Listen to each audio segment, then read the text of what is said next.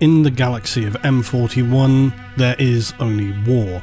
Yet theoretically at least, wars should end at some point. The wars of the galaxy wax and wane, and while some areas have known relative stability for the longest time, for others it's an unending grindfest that will never see an end in their lives. So the prospect of any faction actually achieving galactic domination would be a truly extraordinary feat bordering on the impossible. Yet it remains for many the ultimate end goal, despite being something that is only even plausible to the heavy hitters of the Warhammer 40,000 galaxy. For any to achieve galactic domination or the adjacent factional equivalent end goals, it would require not only base power and an almost incomprehensibly vast military strength, but also unmatched strategic brilliance and an intrinsic understanding of the complex web of power struggles and forces at play all across the galaxy. So to achieve dominion would require not just brute force, but a masterful play of setting enemies against one another to weaken them sufficiently that they could then be destroyed and ruled out of the game. Yet for some, galactic dominion may not be as all-encompassing as we might imagine, not be so definitive. What percentage control of the existing galaxy equates to domination? 85%? 90%? 99.9%? For those such as Chaos and the Tyranids, they're likely not thinking in these terms, but from the perspective of humanity and others such as the Tau and the Aeldari, if these malevolent forces were to achieve majority control of the galaxy, the effect would be much the same, regardless of how specifically they had actually achieved control. First and foremost, a major obstacle is quite simply that the galaxy itself is an unfathomably vast and dangerous place. Many thousands of star systems, many millions of habitable worlds, many of which will contain significantly powerful factions and other hazards. From the perspective of humanity, the sheer scale makes such a task near to insurmountable, because in order to subjugate all worlds, each with their own environmental obstacles, factional specific defences and available planetary or system-based resources, it's a logistical nightmare. But the Imperium of Mankind and the Emperor have already made a pretty considerable dent in full control of the galaxy, and generally speaking do likely control most territory overall. Were it not for many of the forces that are set against humanity, it may well have achieved even more. Which seems surprising on the face of it until you consider the fact that the Tyranids were not really in play when humanity made its major gains, the Eldar had plenty to contend with, and the Necrons were not really in contention. The Orcs are always a persistent but random problem, and Chaos was again not really a major player in the scheme of things yet. But of course, all of this would change over the following 10,000 years, so that now humanity exists as but one player on the board. And while it has been significantly weakened, many of the other races have become empowered, emboldened, or continue to increase their power. For some they have specific advantages such as sheer weight of numbers or the attrition of time and entropy. None within the Imperium would dare to say it, but as things stand in the grand scheme, humanity's ability to control the galaxy may simply be a footnote in the full history of things. They certainly stand really on a precipice at this current time. Because for humanity or indeed any of the other races, galactic dominion does not simply mean vanquishing enemies, but implies an ability to maintain order and stability across the galaxy in their own relative terms, and requires robust administrative and logistical capabilities if those are applicable to your civilization. Conquered worlds would need to be effectively governed, resources managed and populations controlled, so this logistical nightmare of communication, supply lines, enforcing authority across such a sprawling dominion would be an immense challenge, as it continues to be for the Imperium. Similarly so if you are the Eldar or the Tau, but not necessarily something you might see shared among, say for example, the Orcs, the Tyranids or Chaos itself, because they by their nature barely require any level of stability and organisation, as is expected by the others. For Chaos, its literal name denotes no interest in such things. Dominion of the material realm would mean much the same as it does in the Warp, a galactic hellscape where the idea of control or specific territorial matters are almost irrelevant, or certainly only applicable to, say, warlords at a more local level. So this idea of once you've achieved a goal, what's next? Interestingly becomes one of the key considerations when we think of what would it mean to hold galactic dominion, and therefore is it at all possible for a specific faction. Well, for all of its shortcomings and for how much we've talked about the miserable nightmare that is the Imperium for humans on a day-to-day basis, they've actually managed to cling on to control of the galaxy for the past 10,000 years since the Emperor launched this unifying Great Crusade. And however you want to cut it, it's actually pretty impressive, it's actually something.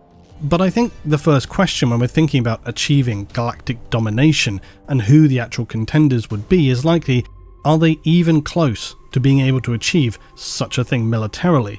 Because some are very, very clearly not even in contention. What makes things even more difficult though are the never-ending internal threats within factions, the treachery, the political machinations, shifting alliances, so that even if a faction were able to make significant strides toward galactic domination, for those such as Chaos and the Orcs, they also create enough problems for themselves as are already posed by others. Internal power struggles, betrayal, sabotage, these things pose constant threats to their stable rule, just as they do for the Imperium, and that to me is actually quite an interesting thing, because it's in this sheer scale and unpredictability of the galaxy which largely ensures that no galactic empire can ever be truly fully secure. Throughout history there have been more civilizations rise and fall that can even be spoken to, and in M41 these continue to play out across a galactic scale. Some have fallen in the obscured past or violently shifted and fractured, but there are a number of other major core factions that still remain contenders for control and domination of others in M41, the contemporary period for the Imperium. Now originally I was going to consider this at a more individual scale, and I may look at that or some form of it later, but I realised it would be more interesting to focus on thinking about who are the most powerful factions in 40k within the more specific context of what would be their end goals if they could even be achieved. Because the agendas of different groups spread all throughout the galaxy vary significantly. Some seek by their design pure annihilation and slaughter, while others have arguably more nuanced and constructive goals. In some instances, these speculative goals of a faction may not even be really achievable, not always because of literal limitations related to their power, but because despite their commitment to these agendas, they appear not necessarily in fact constructive for themselves were they even able to come to pass, which seems very applicable to Chaos, while some others like the Necron hold even more ambiguous or in no way relatable ambitions. And I think as it stands this will likely be an ongoing series if people enjoy it, of course, because the first iteration I thought of was an overview featuring many different factions, but then I realised quickly that Chaos alone was filling out this script very quickly, and this is certainly one of the more speculative opinion pieces I've done here. But I think it's interesting to consider, because if one of the 40k factions was somehow able to be suddenly very empowered, was able to gain significant traction against its enemies, what would that look like? We've seen it before with the Orcs and the Tyranids to an extent. And even if they were able to achieve near complete domination of the galaxy, as things stand in the period of M41, would that even be a good thing for they themselves? We'll discuss it today. And as always, I hope you enjoy. If you did, please remember to drop a like on this video and subscribe to the channel. It helps significantly please our master algo god of YouTube. And if you have a preference for who I should consider next in assessing their potential for galactic domination and potential ability to rule in the aftermath, do tell me in the comments. So let's discuss today Chaos.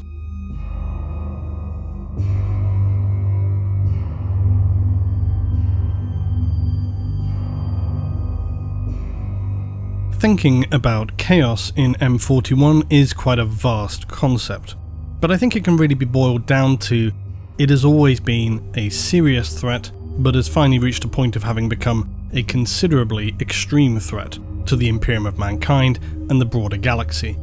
Very obviously, during and ever since the heresy, it was always of a significant concern, as the Emperor well understood, but it also is one of the most strange and potentially untenable factions for complete galactic domination, or so one would think depending on how you wish to look at it, but we'll get into that. Chaos has always been a very strange force in the 40k verse, existing within the warp, seemingly outside of our regular linear understanding of time.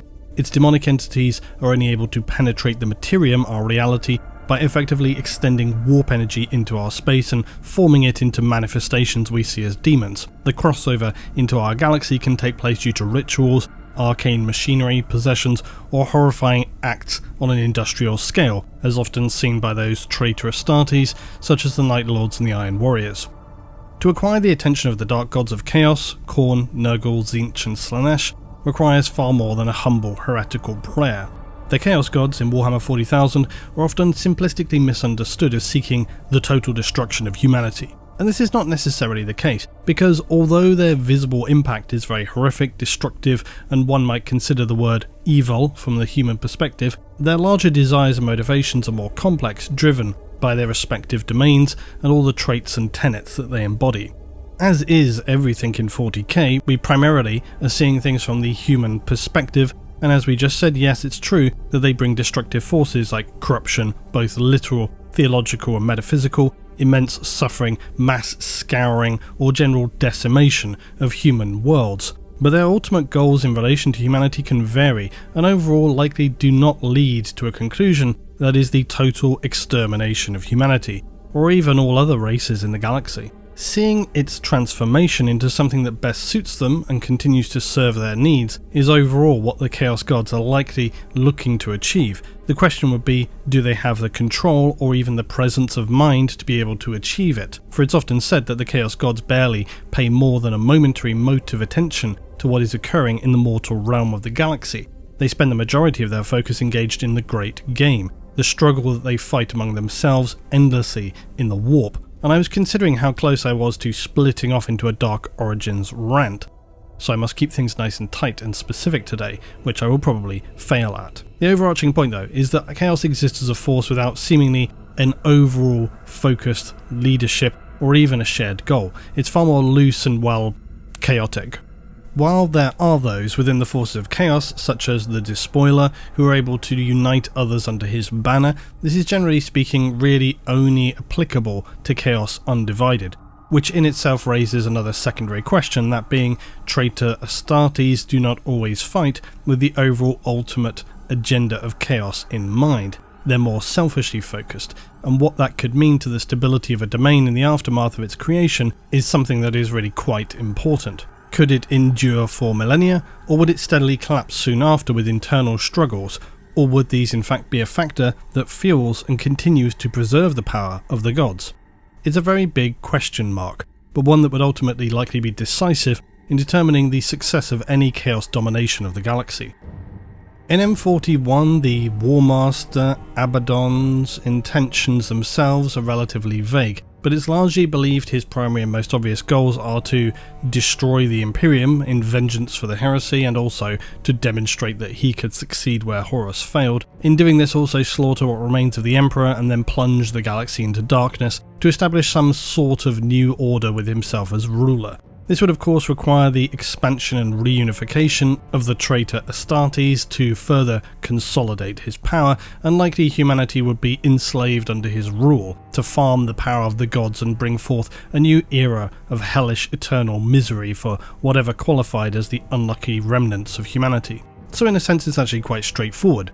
But this is the more, I guess, visible and mortalesque goal of what qualifies as the forces of chaos, and they're actually quite low in numbers in the grand scheme of things. It also doesn't speak to any of the demon primarchs and what they might have to say about someone like Abaddon leading the galaxy. One would think that they might have at least a fair amount of comment to make about such a thing. It would probably be, though, the most beneficial scenario for their Chaos Gods, if it were in fact the Despoiler who was able to take and maintain dominion of the galaxy, because it would likely ensure that humanity would continue to exist, albeit in some horrifying form. Effectively, this would see most worlds take the shape of the horrific demon worlds such as Medrengard, with the legendary Demonculaba, the humans who are bloated and then starved so their skins were like oversized flowing sackcloth robes hanging from their bodies, and just endless other examples of horrors. The Night Lords as well, with their endless flayings until floors are washed with blood, and on and on and on. It would effectively transform the galaxy into the closest rendition of an actual hell realm. And while undoubtedly there would exist systems and worlds which resisted, likely on the very periphery of the galaxy, or immense bastions or regions that were difficult to access, such as the Cronus Expanse, the majority of territory held by the Imperium now would steadily crumble, and once the forces of the Despoiler and Chaos held control, it would be very unlikely that humanity would ever have the strength or the coordination to pull themselves out of this eternal nightmare, especially if they no longer had the light, the guidance, the spiritual faith of the Emperor behind them to drive everyone forward and bring them together. But with all that said, to achieve this would be still a truly monumental task, because the War Master would have to overcome not just the immense power of the Imperium spread all across the galaxy, but also forces such as the Necron, the Tyranids, the Orcs, the Aeldari, as well as other problematic small nodes of controlling the galaxy such as the Tau. but admittedly in recent times there have been considerable successes at the hands of the traitor marines and Chaos, the fall of Cadia and the continual incursions of real space. His Black Crusades have been a series of large-scale offensives against the Imperium aimed at undermining its power and achieving his ultimate goal of destroying it. And yes, while the Black Crusades have not led to anything near to a complete victory for Chaos, they've caused widespread devastation and resulted in the loss of countless Imperial worlds, as well as just generally weakening the Imperium's defences and stability through rising fear, disruption across the galaxy, and so on. Before going any further though, I think it would be worth to make mention of a talking point that has long stood adjacent to any kind of Chaos victory over humanity, and indeed the galaxy. That being, surely this would lead to the complete extermination and disintegration of humanity, as was believed to have been foretold by the Cabal, and therefore surely Chaos would eventually cease to exist. Well, I personally think that this would not be the case. But before I answer as to why though, some of you are likely asking, who are the Cabal? Well, the short version is that the Cabal were a disparate group of varying Xenos species who claim to have battled the forces of Chaos, who they term as the Primordial Annihilator, longer than at least the entire period of evolved humanity. Their ultimate goal was the total annihilation or pacification of Chaos that they saw would lead to complete ruination of the galaxy otherwise. They essentially meddled considerably in human affairs around the heresy specifically and even prior to it, having been believed to be responsible for turning the Alpha Legion. They came to strongly believe that if the War Master, Horus, was successful in defeating the Emperor and taking the throne of Terror for himself, despite the betrayal, a fragment of the respectable being Horus once was would persist within him, and that this would steadily gnaw away at him inside, eventually so severely that he would mentally break and descend upon his subjects in a secondary escalation of the betrayal, even more ferocious than the first heresy. The war and destruction that would be wrought would be so powerful as to finally culminate in an ultimate cataclysm, one that would lead to the near complete eradication of the human species within generations, and that by this time Chaos would have become so deeply entwined within humanity that it would also be extinguished. And this is something of course that the Cabal thought would be a great idea. The alternative of course had been also foreseen by the Cabal, who had witnessed the Emperor sacrificing himself to vanquish Horus and transformed into a wailing, ethereal prisoner locked within the Golden Throne. In this scenario, they believed that after Horus was defeated, the resulting trauma of the loss of the Emperor and his lack of vision and strength would once again cause humanity to regress and collapse upon typical human traits, self-serving, power-hungry, mysticism, and so forth. And that this would ultimately result in an impotent, self-serving leadership and cultural stagnation that would inevitably lead to deterioration and finally complete collapse. They believed this would steadily allow Chaos to exert more and more power until after maybe 10 or 20 millennia of suffering, the entire galaxy would finally succumb to Chaos. So, according to the Cabal, the galaxy is absolutely screwed at this point. However, according to the Eldar Farseer Eldrad Ulthran, he believed them to be completely misguided and an unstable, dangerous force to the galaxy, announcing in fact that they had been eradicated by M32. Either way, the point is, could Chaos exist if it ever held dominion over the galaxy, or would it be in such an orgy of butchery, excess and suffering that humanity would be unable to survive in any meaningful form, and in between this and the inevitable struggles between Chaos forces themselves would culminate in an apocalyptic burnout that would see the gods of Chaos completely purged and starved of all the mortal sustenance they require. Now of course, it's difficult to say with any certainty, but my inclination is, I think Chaos would actually endure. And in fact so would humanity, just in a horrifyingly twisted form. Because, as I suggested earlier, despite the gods' focus on extremely destructive actions, it's well established that humanity is very capable of enduring horror, and with the quantity of human worlds and the number of civilians on hive worlds, I think there would be a balanced struggle between gods like Slaanesh looking to spiral out of control on a galactic excess binge, and then those such as Tzeentch Nurgle and even the Chaos Undivided forces who would fight back against the more no-limits forces of Slaanesh and Khorne. It would certainly be a very bizarre galaxy, but I think really humanity would endure in some just very unfortunate state of existence, not in any sense of leadership or power, completely subjugated by the servants of the Dark Gods.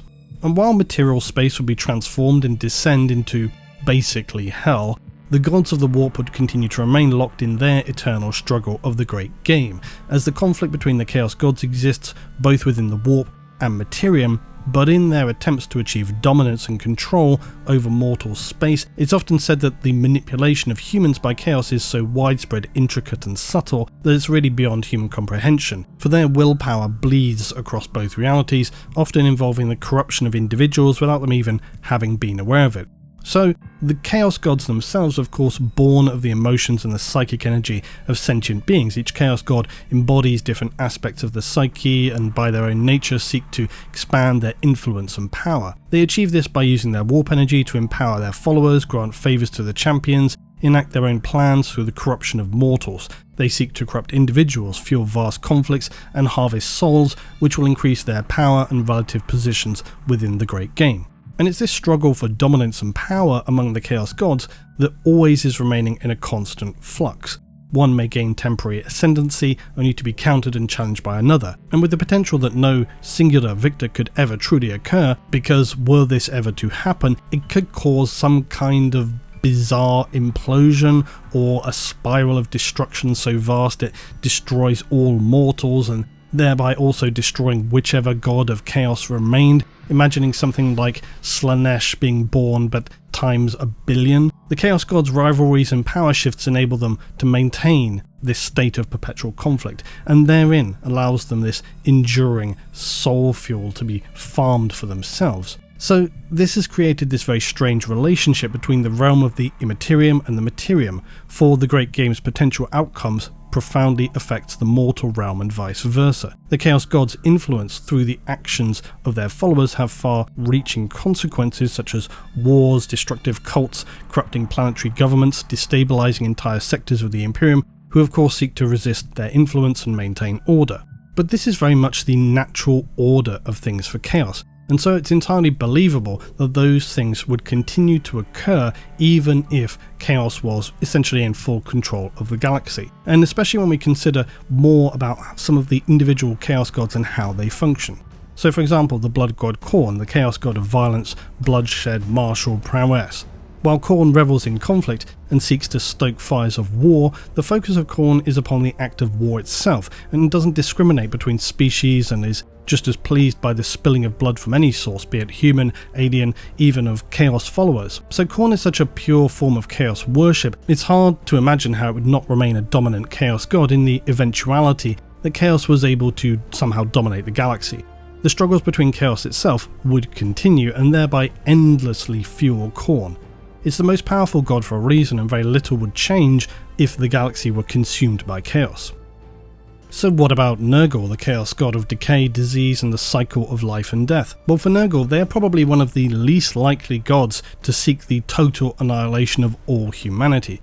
Because for while Nurgle's blessings often manifest as plagues and diseases which afflict mortals, it also savours the pleasure in that cycle of life, death, decay, rebirth. Something that could not exist if Chaos simply scoured the majority of human life from the galaxy. Also, unlike the other Chaos Gods, it could be very debatable if Nurgle could really achieve its cycle of empowering mortal forms if they were unable to exist in something approaching an ordinary state of being from their perspective.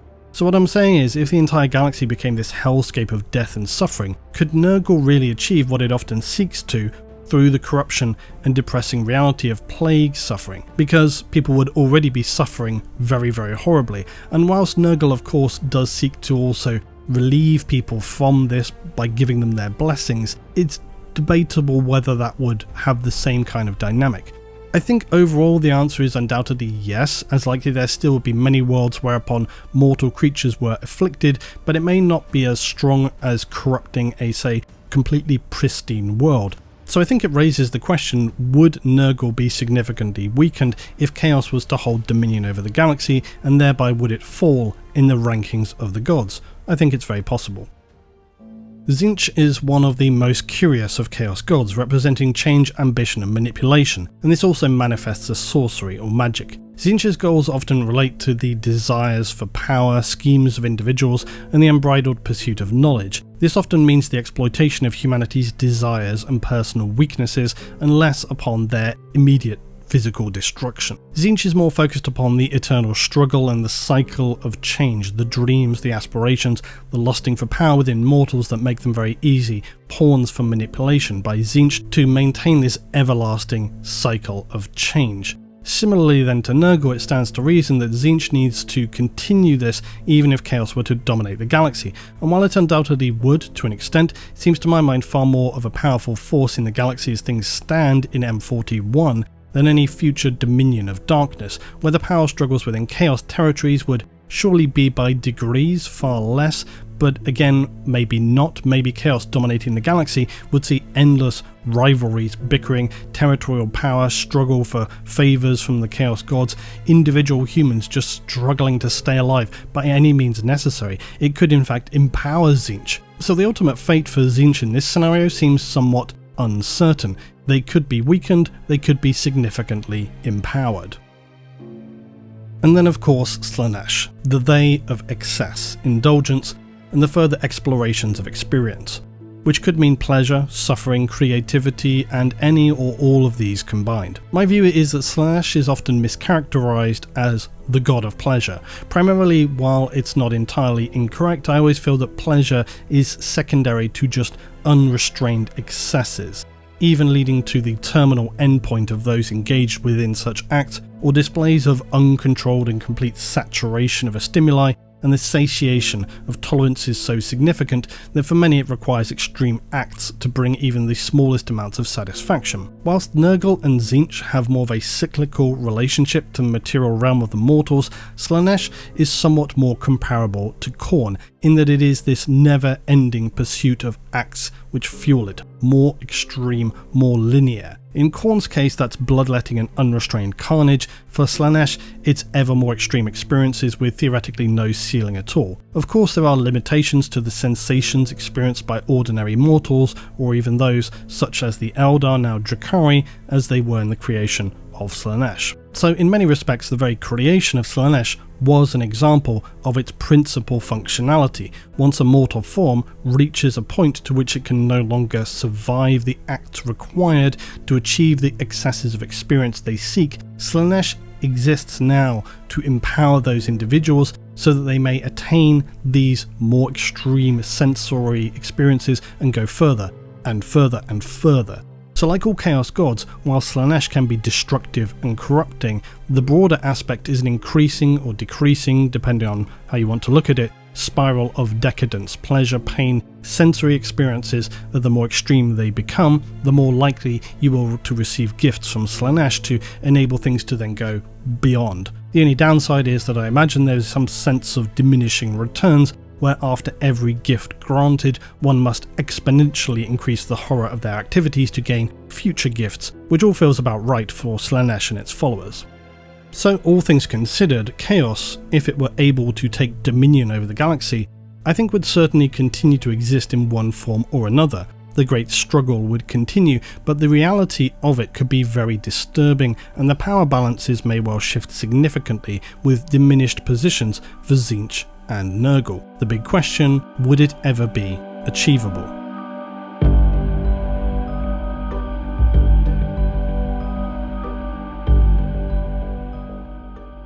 For Chaos, there are various occurrences within the galaxy of M41 that could both help and hinder them to achieve total domination of the galaxy. As things stand, they have more power and opportunity to damage and scour the galaxy than ever before, with the likes of the Despoiler on the rampage, the Imperium rapidly panicking to stop the damage caused by the Great Rift, and the possibility they could lose control of almost 1/3 of the galaxy, not to mention the exponential suffering caused by this feeding back into the powers of the warp. The return though of several of the Emperor's sons in both Guilliman and the Lion are not helping their cause, nor is the fact that Vulcan remains unaccounted for, but who could very well step back into things at some point, as well as other Primarchs. Then of course you've got Khorne and the Primaris and so forth, tons of new obstacles being thrown against the forces of Chaos. But it's also notable that while Abaddon has been on his endless crusades, shattering Cadia and opening, we believe, the Great Rift, this could in fact be both empowering the Emperor and humanity. In fact, it's even possible it could see some eventuality whereby the Emperor returns in some form, which could be absolutely catastrophic for Chaos and something of a huge own goal. Their biggest issue is in just what form domination would take. Would it be a united effort or more chaotic and fractured? These would be the key aspects that would likely determine success or failure in whatever shape that took. Even then, a massive gain of territory in the galaxy would be devastating for all, and I think that for Chaos, things are already looking stronger than they ever have done. But stronger doesn't necessarily mean they're going to suddenly take over the galaxy. Still though, for the greater areas of territory that Chaos is able to secure and control in the galaxy, the feedback of power will only increase the more favour the Chaos gods grant, the weaker it makes the Imperium. So let's consider some of the major obstacles for Chaos in taking a dominating presence across the galaxy, specifically in terms of factions. Of course, firstly, the Imperium, the greatest enemy of Chaos, and vice versa. But for Chaos anyway, the force which also will be significantly necessary to fuel and empower any major actions of galactic domination. I think as things stand in M41, Chaos is steadily moving towards events that could well tip over into a massive territorial gain for Chaos, and thereby endlessly empower and fuel their further war efforts. For every world and system that Chaos can control, it only makes them more powerful. For all the psychers they can kill or bring into their number as well, they're only going to feed the gods further, and the Great Rift is creating also ever more psychers, but also Chaos cults, breaches into real space, demonic incursions, and so on and so on. For Chaos, it's all about those returns. The gods never want to throw their hats into the ring unless they feel that there's a strong chance it's going to benefit them, and gaining their attention in the first place is difficult enough without massive creativity and horrifying events that will shake them into making a momentary glance to happenings in the Imperium or at specific individuals. While Chaos taking territory, twisting worlds into horrifying demon planets, subjugating a populace, all small steps to a larger victory, for the Imperium, all the actions of Chaos have steadily weakened it. Despite the presence of several Primarchs, Chaos continues to have the upper hand as things stand in M41, which is very troubling, and without some huge shift or immense campaign success, things are not looking particularly good for the Imperium. But it's not the end of days just yet. It may not happen in some huge firestorm either that just sweeps through the galaxy. But Chaos has been making considerable, steady gains, helped by the Great Rift and the Dark Imperium. Conversely, the Imperium has been struggling ever more with the loss of worlds, communication, warp travel, and its ability to call upon its own forces, not to mention the other threats it faces all across the galaxy, from Xenos, some of which have the potential to completely destroy the Imperium, like the Tyranids and the Necron, who gain strength with every new tomb world they liberate, for example. The biggest unknown and perhaps fundamental keystone for humanity remains the Emperor. If the Emperor is able to return due to the power of the Great Rift, or even if he's able to exert his will, perhaps through the form of the Ministorum, the Sororitas, and so on, or imagine if there was some new sub-faction of the Imperial Guard who specifically were holy soldiers who carried with them more power of the Emperor due to his presence becoming even more powerful through the desperation of the Imperial populace, but also the increased numbers of Psychers in the Rift. Now obviously Sororitas and all Imperial Guards should already very much worship the Emperor and pray to him and be empowered by him for success and power in battle, but if there was some kind of specially sanctified army unit, more than just the Ecclesiarchy's militia, but maybe a little less than the Sororitas, especially in terms of armament, who could exert more spiritual power on the battlefield, essentially a considerably watered down human infantry version of Grey Knights, something along those lines. Maybe that would be the answer to resisting Chaos in these times.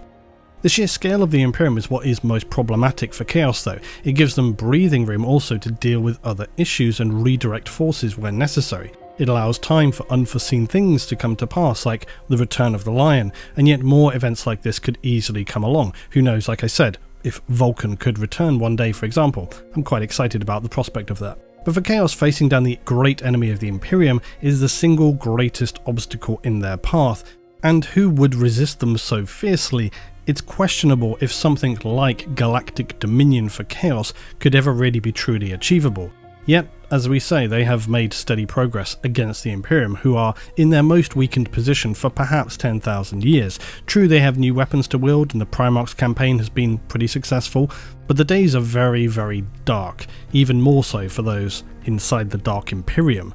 If the forces of chaos can seize even a significant portion of the galaxy, it feels as if, despite all the obstacles, humanity may start to feel as if they're fighting a losing battle. As more worlds despair, more will crumble, collapse. The war against chaos is one of steady attrition. Except that the sides are not equal, and for every world the Imperium loses, the stronger chaos becomes. But this, though, is not, of course, the whole picture. On top of this, you also then have forces like the Necron, the Tyranid, and I'll even throw in here the Aeldari, specifically the Aeldari and Harlequins. So let's just consider those. The Necrons possess incredibly powerful technology, perhaps the most powerful technology in the galaxy in some cases, and when used against forces such as traitor marines or demons, they're generally very resilient forces, very formidable opponents. They also, of course, are entirely immune to chaos corruption, which makes them very problematic. And then there's the relationship with the C'tan, who are extraordinarily powerful ancient entities and who pose very significant threats to any chaos forces, even further bolstering the Necron's capabilities in battle. Their one significant weakness with Necron against chaos is, of course, psychic.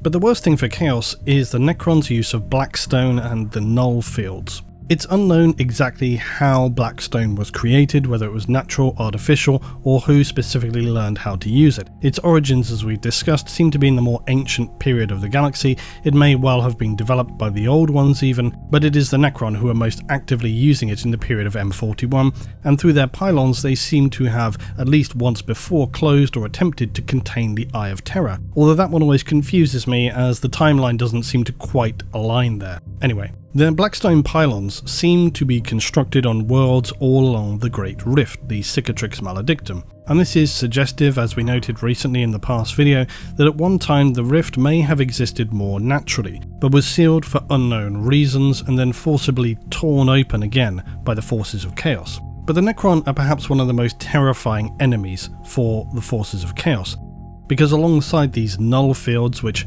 effectively cancel and delete the power of demons and the blessings they gift upon their followers, the power of the Necron is only ever increasing, slowly admittedly, and never to likely be what it once was. But the Necron hold unbelievable power in their technology. They have the C'tan, they have an army of warriors that could be one of the biggest military powers in the galaxy once fully awakened. They require no resources to exist, they follow orders without question, they cannot be broken or corrupted or intimidated. They're a faceless, marching horde of sentinels who actively weaken chaos, no matter if they're scouring a planet held by the embrace of the warp or one occupied by the Imperium. Either way, they weaken the forces of darkness. So in terms of the Necrons as an obstacle and an enemy, it's really quite straightforward. They are a massively disruptive, problematic force for chaos. And in the worst case scenario, if the Necrons were successful in closing the Great Rift, this could then strengthen the Imperium and limit the logistical ease of access to the Materium by Chaos forces. And to go even further, if the Necron continue to gain strength and reassert their network of Blackstone, they could potentially even close the Eye of Terror, which would be in effect game over for Chaos in its potential chances then of galactic domination. Now, when considering the Eldar, I really only chose the smaller factions, which may seem inconsequential and strange, but they are actually relatively unknown quantities, and despite being far smaller than the Craftworld Eldar, they are the only of their number to have potentially any chance of disrupting chaos in a significant way, and we'll explain about that. So the Harlequins, for example, are these strange Eldar performers and warriors who serve the so-called Laughing God, Kegorak, who is believed to be one of the surviving Eldar deities and their patron. All of the other Eldar gods, however you wish to interpret their mythology, seem to have either been destroyed or lost, while Kegorak seems to persist in the webway with the Harlequins, and whose overarching goal is to defy the Chaos gods, specifically Slaanesh, and ensure the survival and salvation of the Eldar race, which curiously also is the goal of the Aeldari, who also seek the annihilation of Slaanesh, and more importantly the re-establishing of Eldar rebirth. But like all of the Eldar gods, Kegorak is immensely powerful.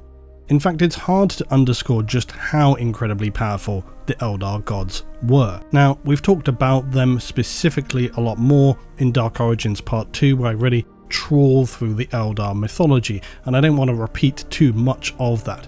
But essentially, the Eldar gods came from this very, very early time in the galaxy, and it's really hard to understand what kind of beings they are, and there were question marks over whether they were some kind of incredibly extreme weaponry that was used during the war in heaven at that time.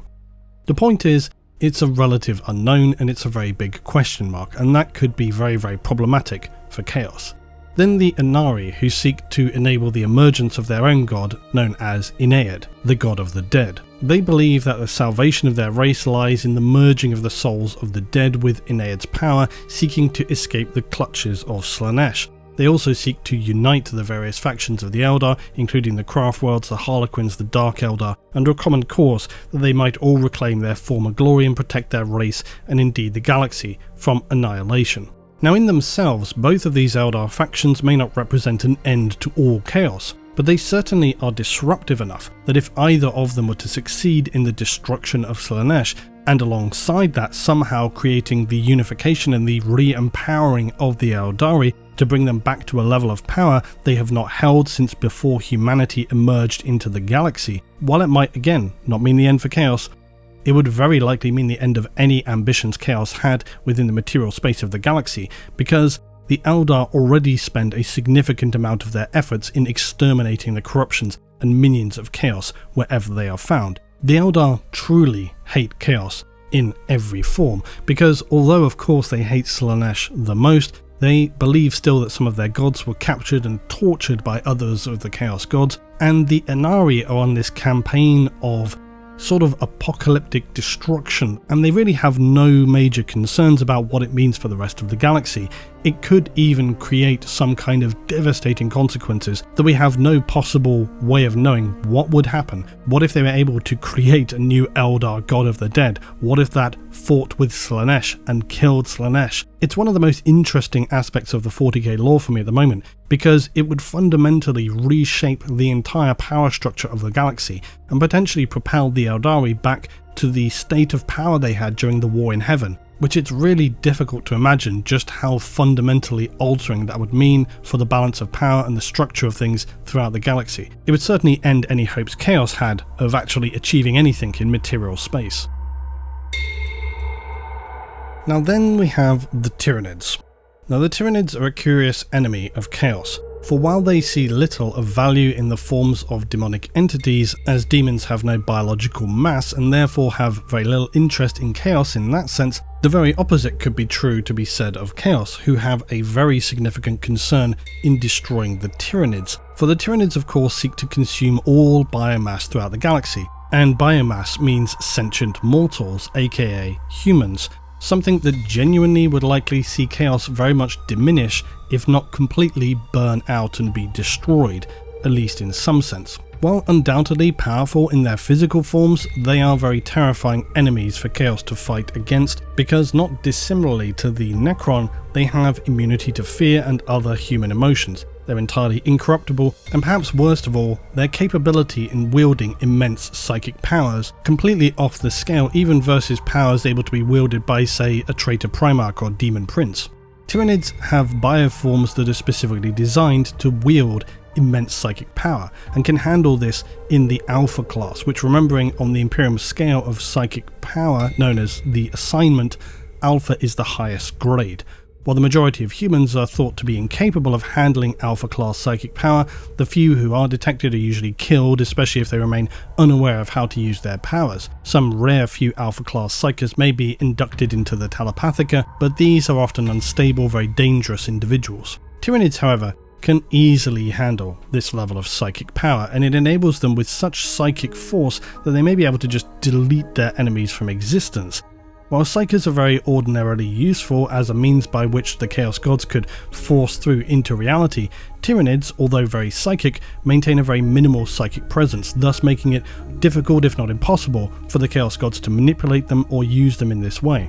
So the Tyranids are an extremely difficult enemy for Chaos to deal with, not least because where Chaos forces tend to assault, they usually do so upon singular worlds or in campaigns that rely on destabilizing the enemy living there, or through other previously mentioned methods of fear, corruption, plague, other destabilizing factors. But the Tyranids have none of these. And worse, they usually don't stay in a specific system for very long, which makes launching a massive campaign against them pretty difficult. Not to mention the fact that the worlds that they do approach are usually blanketed with the shadow in the warp, making it even more problematic for Chaos, as their vast numbers scour worlds before they relentlessly move on, and Chaos forces may barely be able to make their presence felt or even appear in that time. Of course, they're not completely incapable of fighting back. Chaos Space Marines and demonic entities possess formidable combat abilities, and the Chaos Gods can influence the battlefield with their own powers. And whilst the Tyranids have many advantages, the disadvantage to them is that in fighting the powers of Chaos, if Chaos can wield many demon forms on the battlefield, it means that the Tyranids will be continually losing biomass as they fight against Chaos. So it's not a completely one-sided battle, but it's not easy either, and in the galactic scale, Chaos have significant disadvantages when fighting the Tyranids, so they above all others are likely one of the most problematic enemies for Chaos should they ever wish to attempt complete domination of the galaxy, and it is something they would have to face one way or the other. So while many of the major enemies faced by Chaos are not necessarily insurmountable, it would require some sort of grand unification within Chaos to truly wage a war that would be powerful enough against all of these enemies to be successful in the grand theatre of the galaxy. And this is perhaps the biggest flaw or problem within Chaos, that despite it being extremely powerful, perhaps the singularly most powerful force in the galaxy, but by its very nature, is so inherently fractured and always pulling itself in all directions, struggling to wrest power as it fights with itself, let alone anybody else, that it's rarely seen to lead something we would qualify as a truly focused, united front. And even when it has done this previously, it's tended to be in a more defensive force, not so offensive. In the sense that when it was believed that all four Chaos Gods empowered Horus to fight with the Emperor, they did so more out of a sense of their own survival, and as soon as Horus fell, they immediately deserted the traitor Astartes and went back to just fighting the endless struggle between themselves in the Great Game. As Abaddon the Despoiler continues to wage war against the Imperium specifically, it's very difficult to see how he could make enough progress alone to take dominion over the galaxy. Could he control a vast territory similar to Ultramar? Could he perhaps eventually control the Dark Imperium? This is a more plausible scenario. Domination of the galaxy though? To really achieve this would require something rarely seen. Chaos truly undivided. And seeing that occur really seems a stretch. Because as we noted, it's not something the gods seem particularly inclined toward, unless it's in service to their immediate defense or short-term gains of power. They really want someone else to do much of the work for them rather than a long, complex, very heavily invested struggle that may or may not pay off at the end. For as chaotic as the gods are, they seem to be not especially speculative when it comes to furthering their own power, and that may be because they're so heavily invested in the Great Game. They understand that if they were to commit too much of themselves to the struggle in the Imperium, it could disadvantage or otherwise weaken them in the Great Game.